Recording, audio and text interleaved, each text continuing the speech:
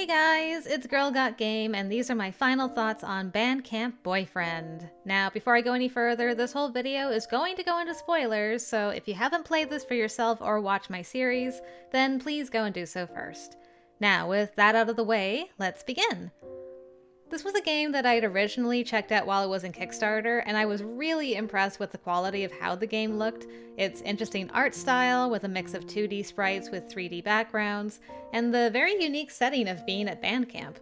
And, of course, the most interesting thing of all at the time was the psychological thriller aspect of the game. Now, back then, I never got to experience that part in the short video I did, so I was very excited when the game was finished. And I was also super thankful that the devs provided me with the key to check it out so I could really dive in and see everything that this game had to offer. And I had a great time playing this. And this is coming from someone who, keep in mind, never was in band, was never in an after-school anything. I didn't even go to school, okay? So, even with there being a lot that I couldn't relate to, I still had my heartstrings tugged on at various times during this game. I can only imagine how much more special this game would be to someone who had experienced or is currently in band. Starting with the writing, I thought it was well done. Like I said, it was written in such a way that even someone like me with no connection to band could still understand and follow enough to get the gist of what was going on in the band, and this has helped in a big way thanks to the in-game encyclopedia where whenever an unfamiliar term got mentioned, or sometimes even an instrument name would be highlighted in text, so that you could click and get a bit of an explanation, so I really appreciated that as a band noob. The romance routes were varied with their own distinct characters and plots, while all still following the central theme of crazy, possibly haunted, band director snaps and takes whole band hostage. I think that part is what I was impressed the most with, just how many different ways Wiley would snap and under what circumstances the kids would learn that they were in a hostage situation. It made each route have its own unique feel and keep things interesting and new. Plus, with the recommended play order from the devs, you do slowly learn more and more information about so many things, like what's contributing to Wiley's mental state, learning about the ghost shenanigans, why their cell phones have no signal, stuff like that. And that also helped keep me engaged as I was theorizing on various things and how they would play out. If I had a con about the writing, it would be that depending on the player, you may feel some disconnect at times.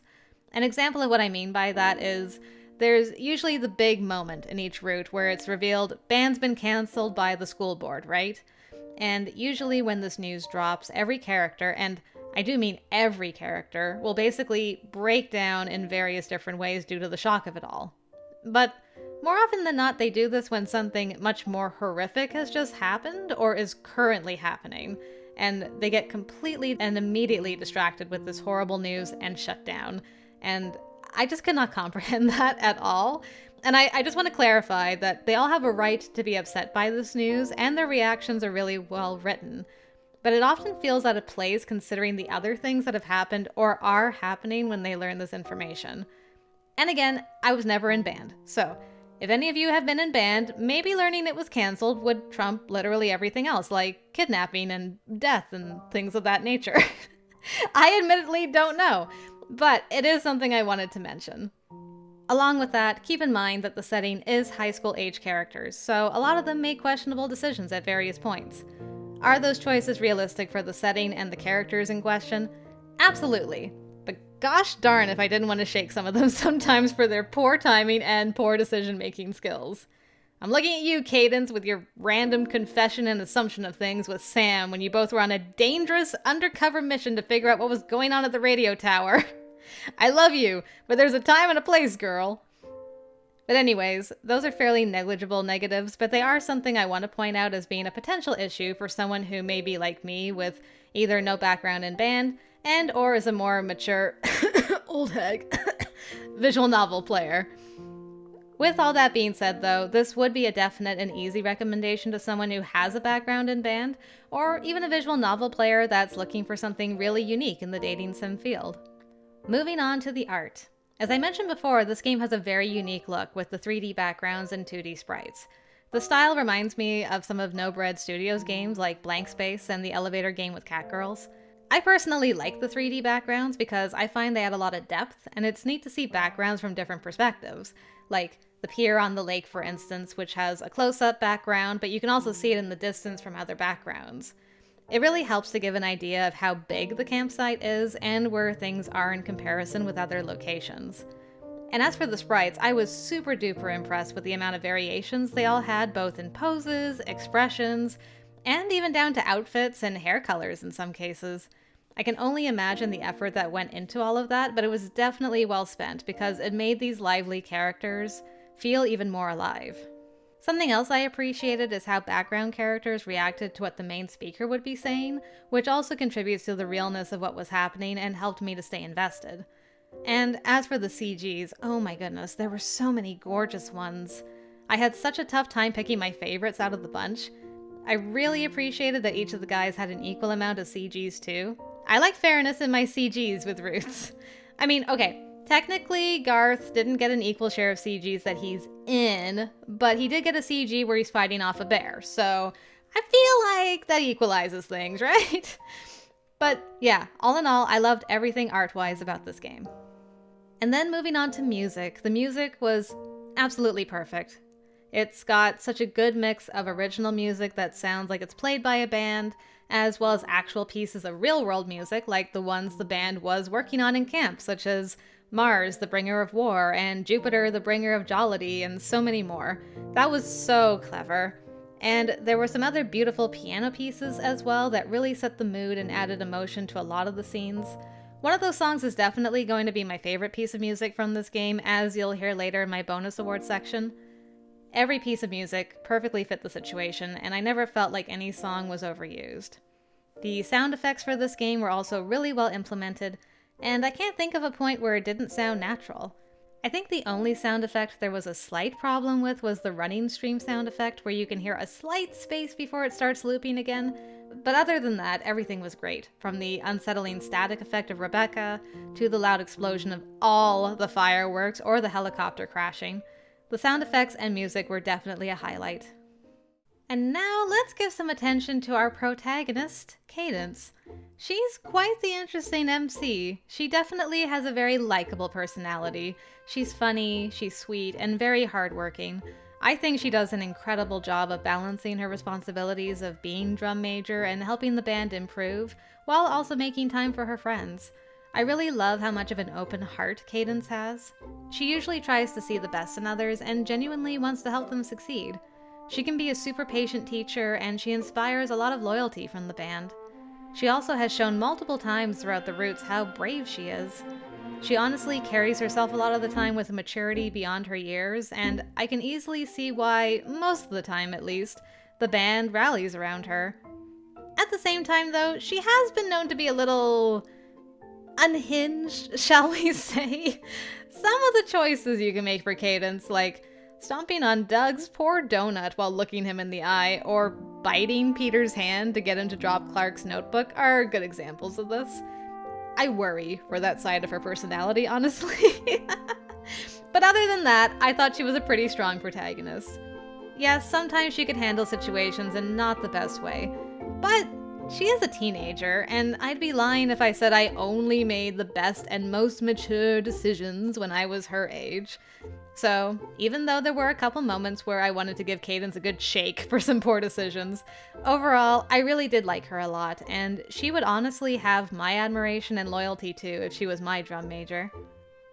Alright, with that, let's get to the fun part of this final thought, shall we?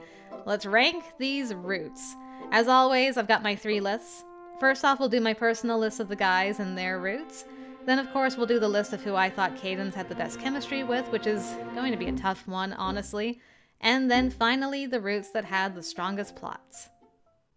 So, at the bottom, sadly, I'm putting Garth, and it's not because I don't love Garth, because I do, but I've got to be fair to the other boys here, since Garth's Root gets cut off in its prime. All because Wiley remembered he was gay, lest we forget. Honestly, I was so ready for a buddy route with Garth where we helped him not get thrown into Wiley's basement, but alas, it was not to be. So, just down to how short the route is, I have to put Garth here at the bottom. After Garth, it would have to be Doug. I feel like I'm betraying my own Doug by doing this, but I don't think my Doug and this Doug would get along that great either, to be fair. Anyways, I want to start by saying Doug is such a sweetie and an all-around great guy. He may not be the sharpest tool in the shed, but he's got the biggest drum and definitely the biggest heart in this game. His route also has one of my favorite CGs in it, which is the epilogue one of him and Cadence smooching on the beach. The colors are incredible in that one. His route did have a lot of funny moments in it too, which I appreciated. I'll never get over how he had a dream about Cadence becoming his girlfriend, and that's what got the two of them to start dating, just because he thought it had actually happened. But I did have a lot of things that bothered me about Doug's route as a whole. The biggest thing that brought this down so low was how the Pit's instrument debacle was handled. That went on for so long, because it started so early in the route and it was handled so poorly by Doug and Cadence. I think at some point during this route, Doug's ex Marion said she lost brain cells while dating him, and I feel like that also happened with Cadence a lot during this route. She made many decisions that I thought were baffling, and a lot of them made existing problems worse. Also, the Susie fight in this route was the worst out of all of them. At least in the others, I could kind of understand why Susie was mad. Having the fight last so long over something that Doug did by accident to Susie's boyfriend was so aggravating. And lest we forget, she also betrayed Cadence to Wiley and told him that Cadence and Doug were responsible for the Pit instruments, which resulted in them almost getting killed by a crazy man. I also couldn't enjoy the budding friendship between Marion and Cadence because there was this huge lie secret being kept for the majority of it, and I felt like we betrayed Marion's trust in us. I did, however, like how the overall plot with Wiley went. It was very tense, and the finale with him leading the two off into the woods to dig in the rain while held at gunpoint was very powerful, especially how Doug bravely protected Cadence as much as he could. The fact that the two of them snapped and kept holding band camp for a while afterwards was also really trippy and unexpected, but at least they finally got out of there. So yeah, while there were a few aspects of Doug's route I liked, and I really think he's sweet, and I adore him as a character, there were too many things that frustrated me during his route, and I didn't like Cadence as much here as I did in other routes. Alright, up next I'm going to have to go with Peter. I feel like I'm losing myself a little here, guys. The last few games I've played with a narcissist flirt, that guy has not been near the top of my list, and I don't know what that's saying about me now. But anyways, existential crisis aside, I did enjoy Peter's route for the most part. He is still a type of character that I like in general. I really liked how... physical's not quite the right word, but just how they very naturally express their affection for each other through touch and words. I really liked that aspect of their relationship. Peter also had some absolutely gorgeous CGs, like that kiss under the willow tree was so magical. I also felt like the overall pacing of this route was probably one of the best. The romance felt naturally interspersed with the ever-growing plot of Wiley losing his marbles and them trying to escape. The finale of the fire breaking out and Peter rushing in to save her was also awesome and so heart-wrenching when he was worried about losing her forever. But there were some sticky parts with this route. And yes, the stickiest and ickiest part I'm talking about is that Peter was still dating Felicity when he asked Cadence to date him. That is the primary reason Peter is down as low as he is, honestly. There were so many other ways he could have approached this that would have made me rank him higher. If he had broken up with Felicity before band camp, or we saw him break up with her before he asked Cadence. I mean, supposedly he's had a crush on Cadence for what, a year or something by this point? Why are you still with your toxic girlfriend?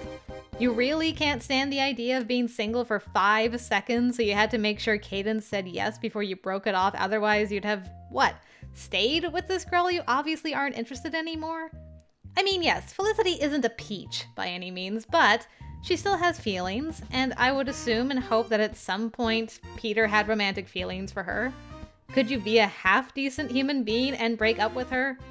In person? I almost forgot. He sent her a text that they were breaking up, but it didn't go through because of Wiley's jamming, so then he had to have a very heartless breakup with her. This was one of the few routes where Susie being mad at Cadence felt justified, too. Peter's not the only one to blame for the situation after all, since Cadence knew full well he was taken and fully supported breaking up this relationship. Being a rebound girl is never a good way to start a relationship, by the by, and I wish Cadence had handled it as wanting to wait at least a week or something before dating him. Even that's too short of a time frame, but in the context of how long the game is, at least that'd be something. The other thing that brings this route down is his epilogue. To go from being so worried about losing Cadence and him acknowledging that she made him feel worth something and supporting his dreams when even his mom wouldn't, and then went from that to being so annoyed when she called, wanting to see him for an evening so he could support her dreams, was worrying to say the least. Yes, he did rush his butt down there in the end and gave her a nice surprise. But I do worry about the longevity of their relationship with how busy the two of them are and how little they're actually seeing of each other. Alright, moving on to Clark. Yeah, that's right, Peter. I put Clark above you. Sorry, not sorry. Considering how angry I was at his betrayal during Peter's route, he really won me over a ton. Yes, he can be a stick in the mud a lot of the time, and he's dealing with middle child syndrome, something fierce, but he's also got a lot of passion and care. He just sometimes has trouble expressing it properly.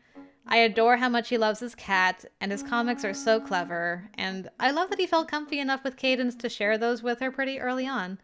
I also loved seeing Cadence really support Clark consistently throughout the route. You could argue she supported him a little too much at times, to the detriment of others in the band, but it was still really touching considering we learned that aside from a previous band director, Miss Kraft, Cadence is the only one to really go to bat for Clark, and it was just so nice to see how surprised he was every time she stood by his side. I think a big part of why Clark doesn't rank higher is because his route was very exhausting. By that I mean that getting Clark to open up is not the easiest thing in the world to accomplish.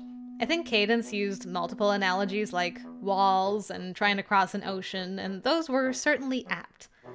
Although Cadence kind of contributed to that problem a little herself by having absolute zero listening comprehension when Clark tried to give her an explanation in his notebook about why he'd be pulling away to save her from sharing in the wrath of the band, and she just didn't read to the end like he told her to. So then she was all upset because he pulled away suddenly, and he was bewildered because she told him she read the note. You goobers, communicate! Plus the fact Clark was committed to being bitter at Cadence for as long as he could possibly be about her stealing his position as drum major. I do have to admit, it was very satisfying though whenever Cadence would step up to the plate and exceed Clark's expectations so that she really earned that spot in his eyes.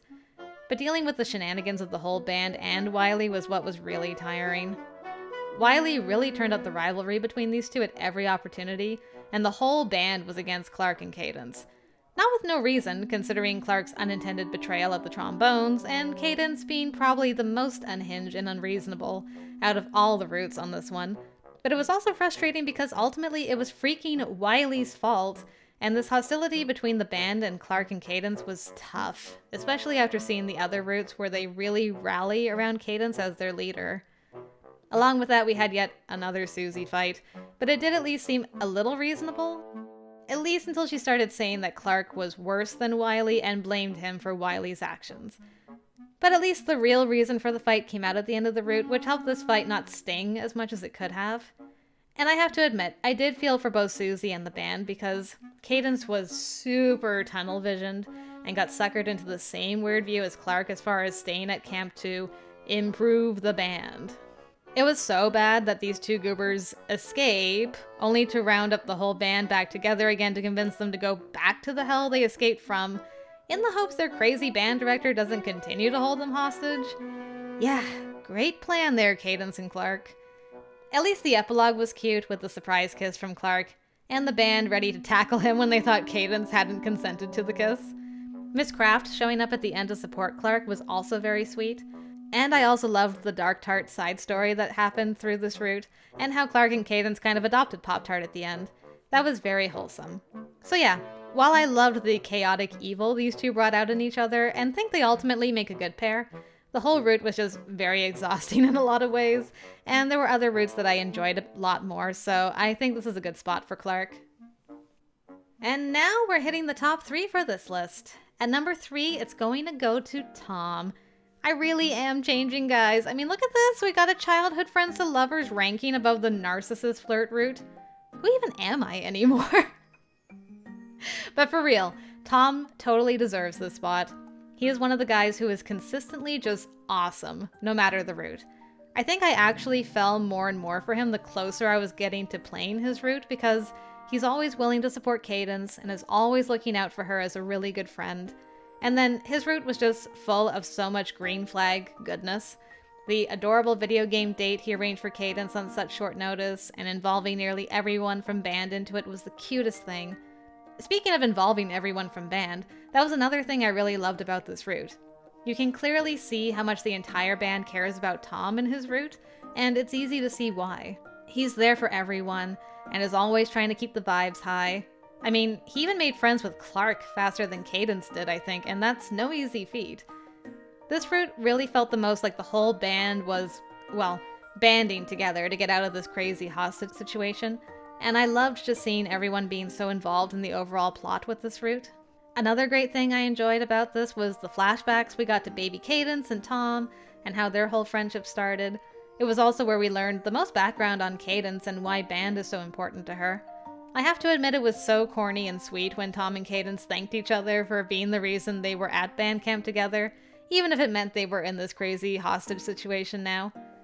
And of course, I'd be absolutely remiss to not include how much of a badass Tom was swooping in to save Cadence from Wiley with his trusty Trom bayonet. Oh, and also, his bad endings had me bawling like a baby. I was so unprepared for those ends, but they took my heart out and stomped it into the ground, buried it in that hole underneath the fence.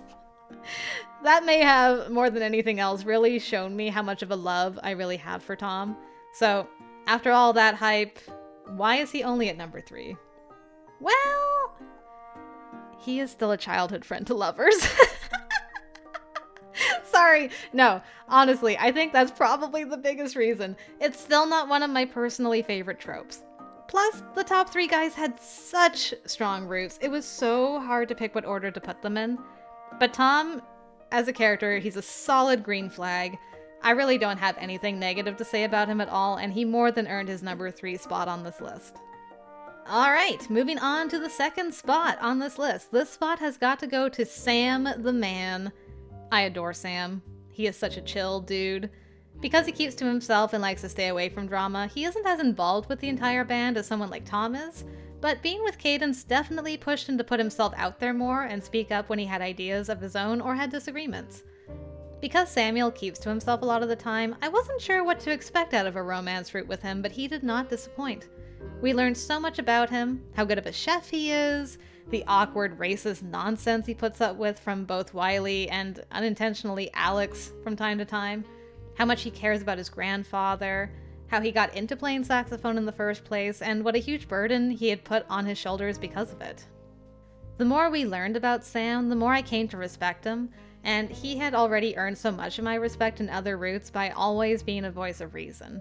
And let's not forget that he also has beautiful eyes. From a plot perspective, I also enjoyed how Wiley acted more calculating in this route compared to others where he's just full-on crazy. It made the route feel more tense while also not, if that makes sense. Like, I just felt like Wiley's actions made more sense. He was thinking about what he was doing more instead of just popping out of nowhere with a gun. In fact, I think the only time the gun makes an appearance in this route is during the bad ends. Plus, we also got some very interesting lore tidbits with the ghosts in this route, so I really enjoyed that from a theorizing perspective as far as what the heck is actually going on at this camp. I had such chills when Cadence's mom got cut off during that phone call, and also during the haunted Nurse Tempo bit when searching through Wiley's office. Very cool moments, and among my favorite in the game. I think the main thing that held this route back from being my number 1 was my disconnect with the personal conflict that Samuel was dealing with, and Cadence's handling of that situation. Throughout a good chunk of Samuel's route, there's this constant alluding to what happened last spring. It becomes a sticking point in the relationship because Samuel pulls away abruptly a lot when him and Cadence are getting close. Eventually they have a really good talk about what the event was, but it is at the worst possible time. Honestly, guys, you're cuties, your first kiss is adorable, communication is a beautiful thing, but maybe don't do that when you're in the middle of a mission with a bit of a deadline to find out why you're in a hostage situation before your unhinged band director that has a gun finds you, okay? Okay. Plus the fact that Cadence made all kinds of assumptions about how Sam had lost someone close to him instead of his grandfather's saxophone, which really confused Sam, and I think we all knew that was coming a mile away. Oh, and actually there was one other thing that stretched my suspension of disbelief, let's say, which was the very carefully planned ruse they had to get Cadence to the office to call out for help, find the phone jammer. But then it was almost all for naught because she forgot her phone, the one key part of the plan. Luckily, Doug, Marion, and Aaron came to the rescue, which was an interesting trio, but it is weird considering Cadence took the cell phone jammer with her and could have thrown it into the lake or something. And it also turned out in the end that we didn't need the police because Wiley had a realization about what he was doing. I had to laugh in incredulity too when he just snuck away super slow in broad daylight, fireworks light, and literally no one tried to stop him. I would think at the very least Samuel, Peter, or Tom would have tried to restrain him, and it felt very out of character for them. However, all that being said, this route was still the most chill overall, and Samuel was an absolute gentleman and sweetheart. I also adored his epilogue with the band banquet, the last CG with all the couples in the back, and Cadence and Samuel saying their I love yous to each other. Absolutely a wonderful end to a wonderful boys' route. And finally at number 1, I have to give it to Pop-Tart, or as we came to know him, Melvin. When I started this game, I did not expect this boy to be at the top, especially with his yandere-like tendencies.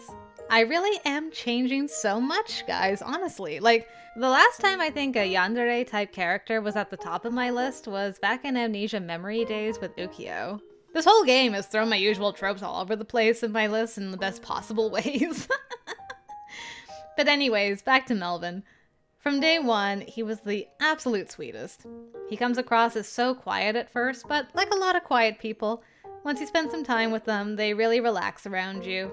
And I absolutely loved how quickly Melvin opened up to Cadence, especially since he was judged a lot by others and was often yelled at for not picking up bands super quick.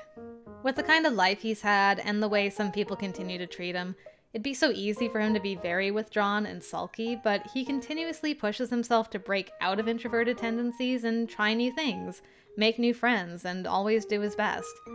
Melvin also has such a fun sense of humor. Yes, it's a little dark at times, and he kept me on my toes with those, once again, yandere-like tendencies, but I honestly think I probably laughed the most on his route, despite all the dark backstory we got from him. Like, really dark backstory. Just because he's an absolute joy to be around. Speaking of that dark backstory, I really liked getting to learn so much about what he had gone through as a kid and the reasons for his traumatic responses to certain things like loud noises, or having to keep quiet and hide from Wiley. Another part of Melvin's strength I really loved is how he always put others before himself, and especially Cadence. Even though the last thing he wanted to do was leave and go back to his living situation, he prioritized how Cadence and everyone were missing their homes, their families, and he did all he could to help them get out of there. Also, let's not forget when he grabbed a knife and was ready to slice and dice up Wiley for threatening Cadence all day with a gun. Like, damn, man, he really went up against a crazy man with a gun and had the advantage when Cadence found them in the cottage.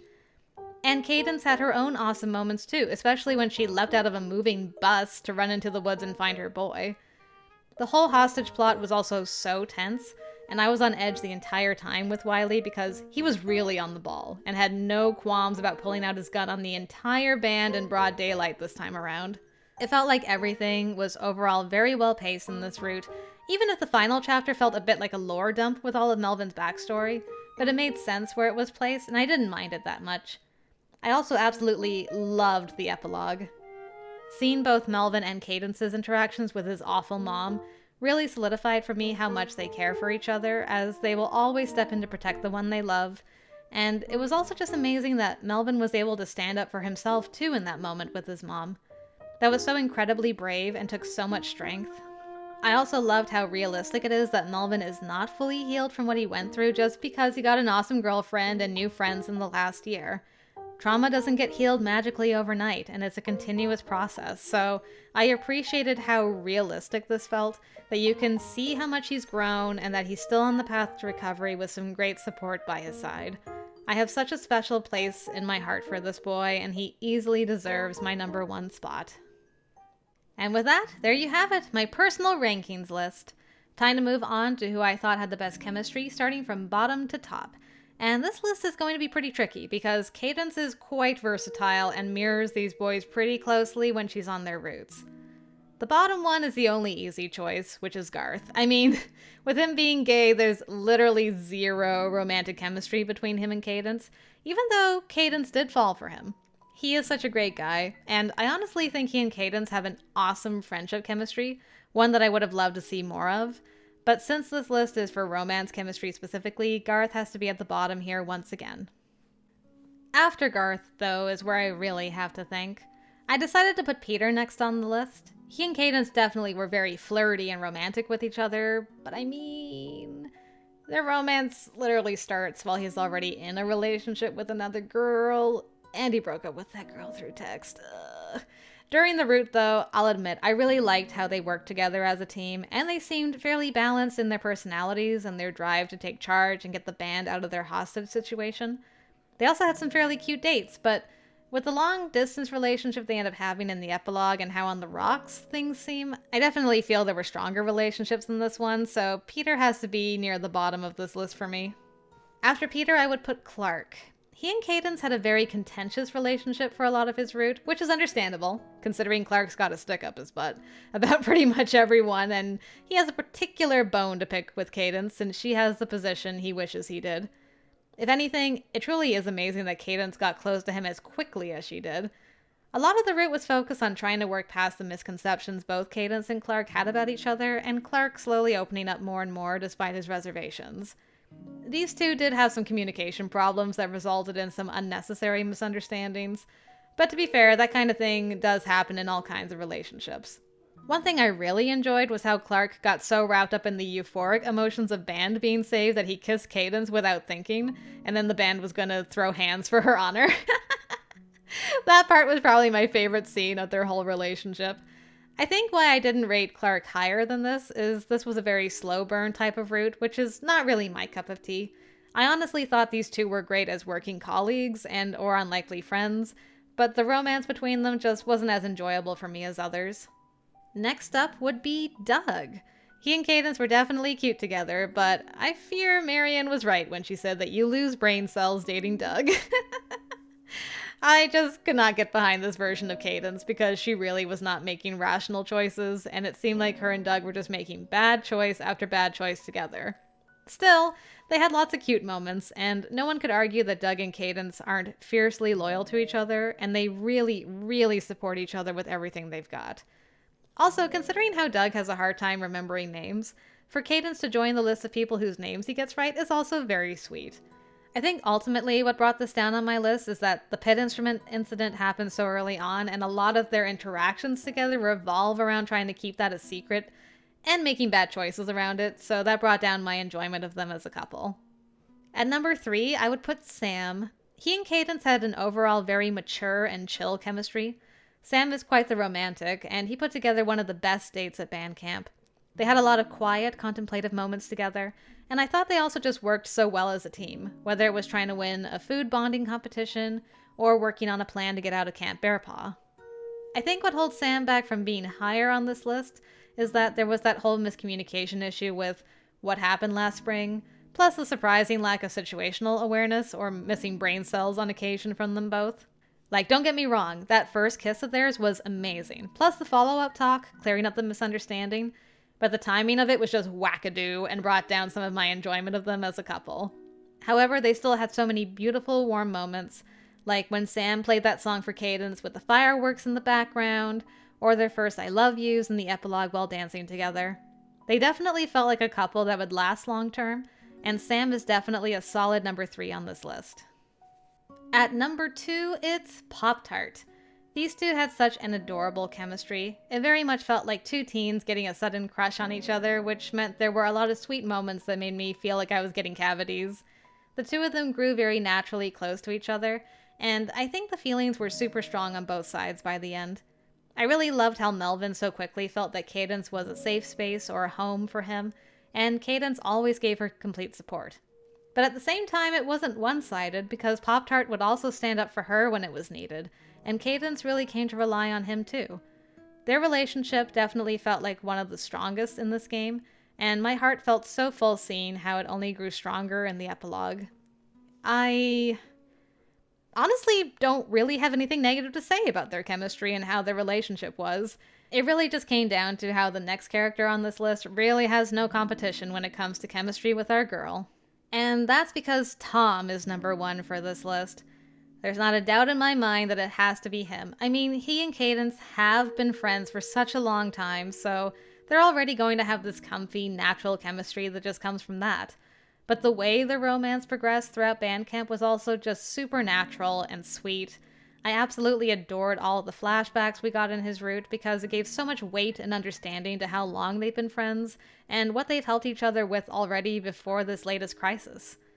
Tom also had the nerdiest and sweetest date idea for the two of them, and I think it clearly shows that he's had a serious crush on our girl for a while. And her realizing that her feelings have changed towards him from friendship to something more was so cute because she was struggling with the whole, what if this ruins our friendship thing, while still blushing like mad whenever she did something even as innocent as just holding his hand when he passed out from heat stroke. They were a couple of adorable goobers from beginning to end, from the pretend makeout to them hugging each other and thanking the other for encouraging them to stay in band so that they had each other to rely on during this crazy situation. I absolutely loved them as a couple, and Tom is definitely my number 1 pick for this list. And with another list down, that means it's time for my third list, which is the plot. And this list will also include the side story and final route this time around, since those were not focused on romance. Starting at the bottom, it's not Garth for a change. I'm going to give this honor to Alex this time around. Is it fair to Alex considering his story is full and complete and Garth's is technically cut off? Maybe not, but it's my list and I'm going to do what I want with it. Heh. Now, Alex's story was a lot of fun for sure. Did I facepalm multiple times throughout? Oh yes, but it also gave me several laughs. The whole plot of this route, though, was Alex hitting on all the girls because of a dumb bet with his brother, so it wasn't the most compelling, let's say, of a plot. But I still enjoyed all the interactions with the characters, and the unexpected character growth from Peter at the end was also a nice surprise. Next up is Garth. This one is sad for me to put down here because there's honestly so much interesting stuff that happens with Garth. I loved how he took Cadence into his confidence, and they worked on their plan to sneak into Wiley's cottage together. There was a lot of potential for a really interesting plot to happen, but sadly it got cut off short and felt like a bad ending, so I can't in good conscience put Garth's route higher on this list. After him, I'd put Doug. You guys probably know what's coming, but yes, the pit instrument debacle is why this route is as low as it is for me. I'm not going to say much more about that because I think I've said plenty about that already. This was a very intense route with our first time seeing Wiley with the gun, and him holding Doug and Cadence at gunpoint in the rain while they dug what could have ended up being their grave. That definitely had me on the edge of my seat. It also had me questioning my sanity at points, like when Wiley held band with only Cadence and Doug, with them losing themselves for a little. But yeah, all I'll say is I hope to never think of the pit instruments being thrown into a lake again. I don't need that stress in my life. I think next up would be Clark. Much like the romance part, the plot also felt like a slow burn in a lot of ways. Probably because Wiley didn't go as crazy in this route as he did in others. He was more manipulative, I thought, with how he was trying to use both Clark and Cadence against each other, while also trying to use them, or at least especially Clark, as a scapegoat with the rest of the band at various points, which made this plot interesting. The pace felt really well done. This route is down here mainly because I didn't like how Cadence was drinking the improve the band at all costs Kool-Aid that Clark was also drinking, and it never stopped. I still can't get over how the two of them wanted to convince the band to willingly go back to Wiley at Camp Bearpaw. After Clark, I would put Sam. I enjoyed the plot in Sam's route for a number of reasons, but the biggest reason of all was just how chill it was, once again compared to a lot of the other ones. Yes, Wiley was still his unhinged self, but he was a lot quieter and more depressed this route than the others. His breakdown at the end was also a nice little preview of the real Wiley that we got to know in the final route. This route also had a lot of spooks, and had me theorizing the most out of all the routes, I think. We learned about the cell phone jamming at the radio tower, and had the ghost shenanigans when calling out for help with the static and a crying woman on the phone, as well as the haunted nurse tempo. There were, however, a couple of negatives with the plot, such as the one important job of bringing a phone to call out, as well as how Wiley just walked out of the camp super slowly and not one person tried to stop him. Those two parts were hard for me to buy into, but other than that, this was a really great plot, and I love the epilogue of the whole band getting together to reminisce 6 months later. Next on this list is Peter. Everything plot-wise felt super well-paced in this one, in my opinion. The escalation of Wiley getting crazier and more unhinged kept things tense, and everything felt satisfying because the whole band, well, with the exception of Clark, were working together early on to get out of this crazy situation, and were trying plans in the hopes of getting out of there. The plans felt reasonable and were executed with very little hiccup, and then the unexpected fire was a big surprise at the end.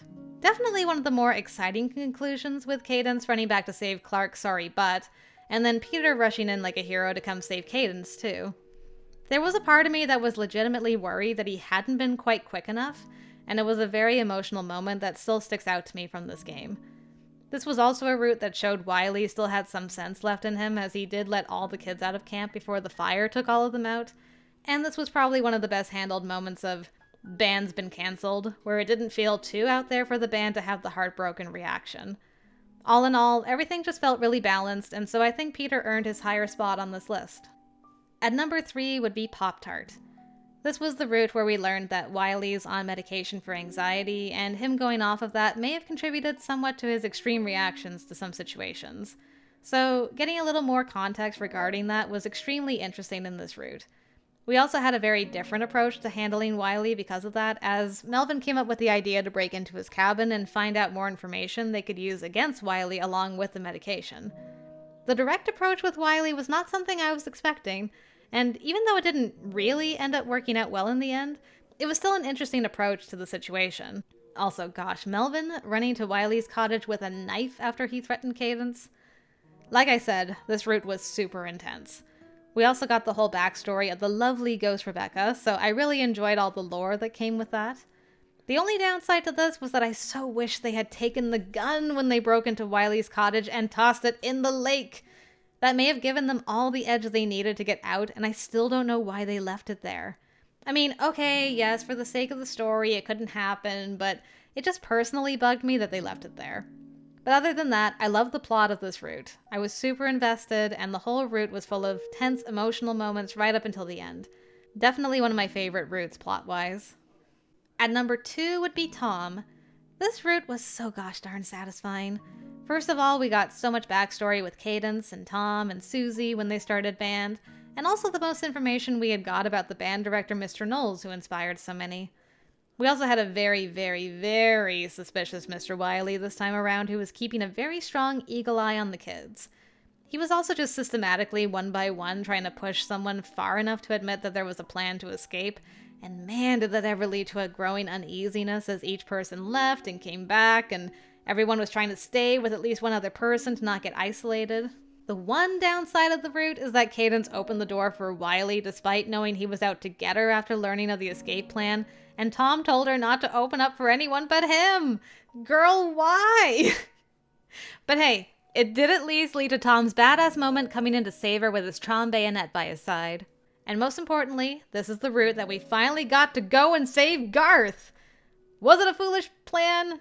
You bet your butt it was, but I still absolutely loved how the whole band really rallied around Tom and Cadence in this, and it truly felt like they were all in it together, and that they all cared about each other, even to the extent of risking their lives to make sure everyone, including Garth, escaped band camp.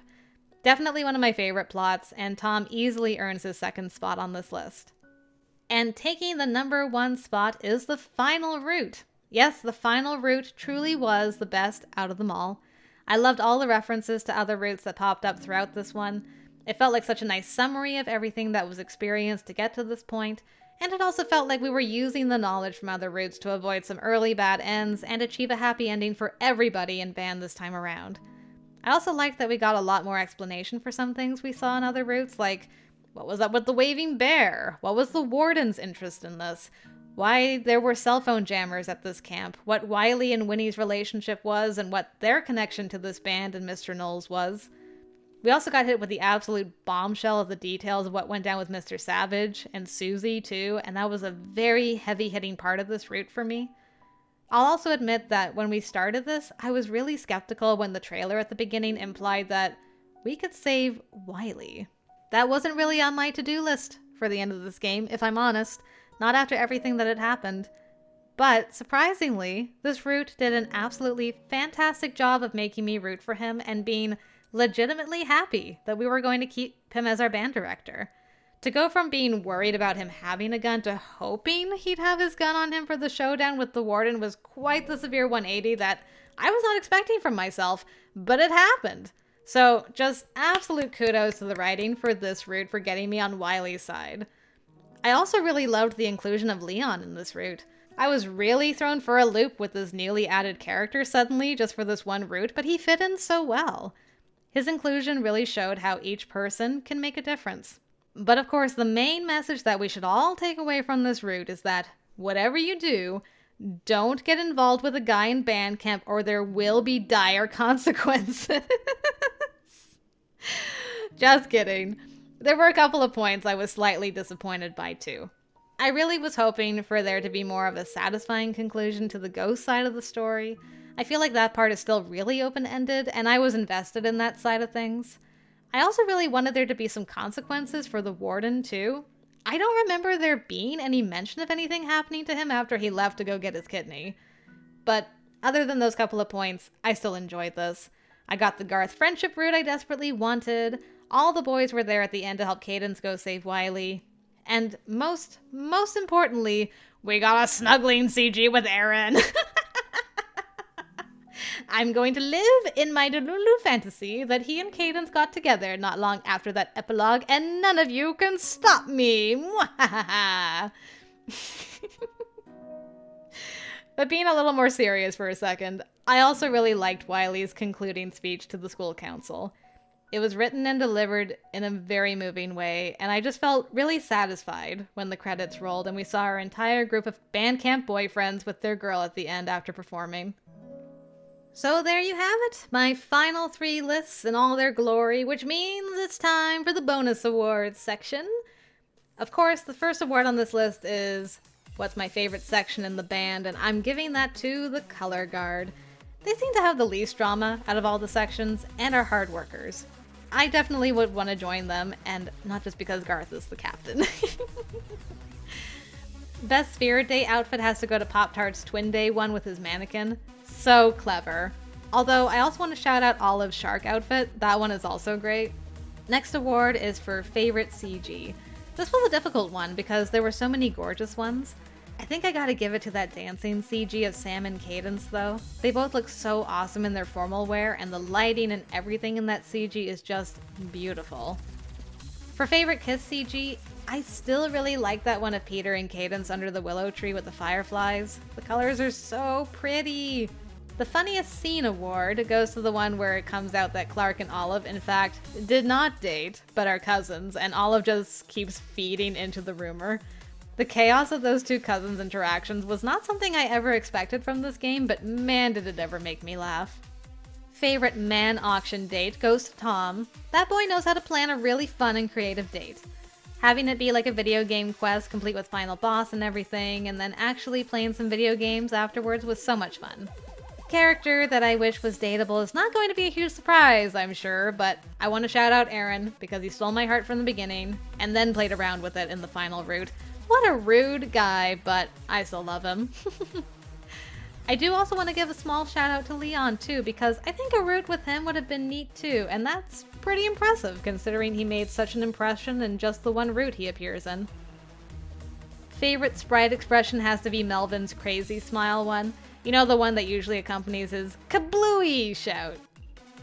Favorite background would have to be the one where you're on the pier overlooking the lake during the day.